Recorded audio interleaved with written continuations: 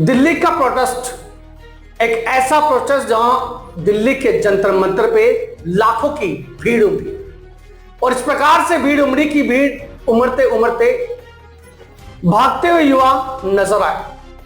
देश का युवा, भारत देश का जिसे भविष्य कहा जाता है, वह भारत देश का भविष्य भागता हुआ नजर आया था। नीट एग्जाम को लेकर, नीट एग्जाम के जो पेपर लीक हुए उसको लेकर धर्मेंद्र प्रधान जो शिक्षा मंत्री है सेंट्रल के अंदर, उनका इस्तीफा। जबकि उस जंतर मंतर पे लाखों की संख्या में जो भीड़ थी, उस भीड़ के अंदर कुछ व्यक्ति और कुछ नौजवान, कुछ युवा ऐसे भी थे जिन्हें नीट एग्जाम की पूरी फुल फॉर्म भी पता नहीं।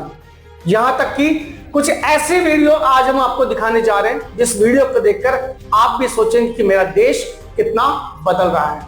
जी हां, यह सच्चाई है कि मेरा देश अब बदल रहा है। मेरे देश का युवा बदल रहा है।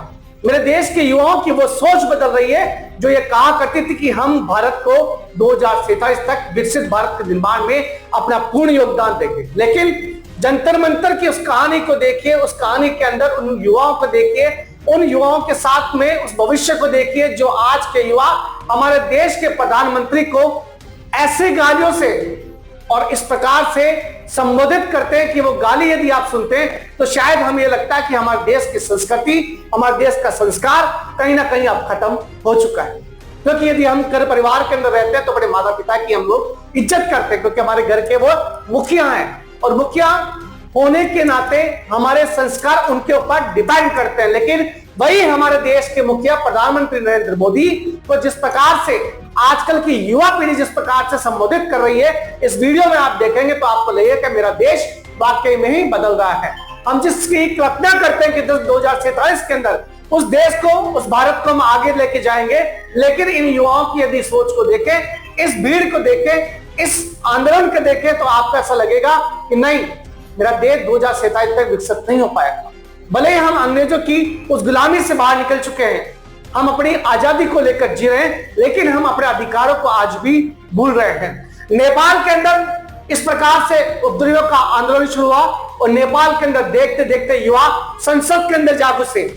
यहाँ के नेपाल के प्रधानमंत्री को अपनी कुर्सी छोड़ने पड़ी और उसी चीज को लेकर आज हमारे देश के युवा भारत के अंदर रहकर भी उसी प्रकार की नेपाल की तर्ज को लेकर आंदोलन करते हुए नजर आ रहे हैं। यदि संसद के अंदर वो घुस जाते तो क्या कहानी होती।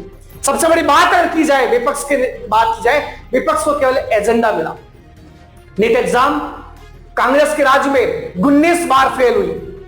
नीट एग्जाम 19 बार कांग्रेस के राज्य में फेल हुई, लेकिन उसके बाद में कांग्रेस के द्वारा कभी व्यापक प्रदर्शन नहीं किया गया।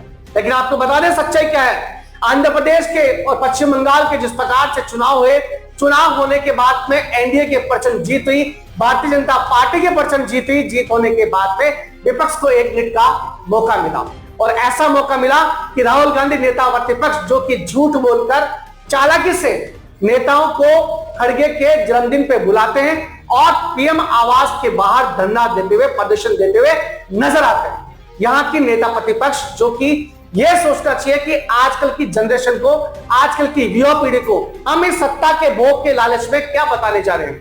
हम ये बताने जा रहे हैं कि हमारी युवा पीढ़ी अब भटकती हुई नजर आएगी। पहले भी इस देश को किस प्रकार से कई लोगों ने बर्बाद किया और अब भी ये देश बर्बाद होने की कगार पर है। मेरे को मिल जाए मोदी की, बहुत सही एक नंबर। क्या मैं अकेले मिल जा, कहीं मिल जा। बहुत सही भाई, यहाँ पे देख सकते हो आप।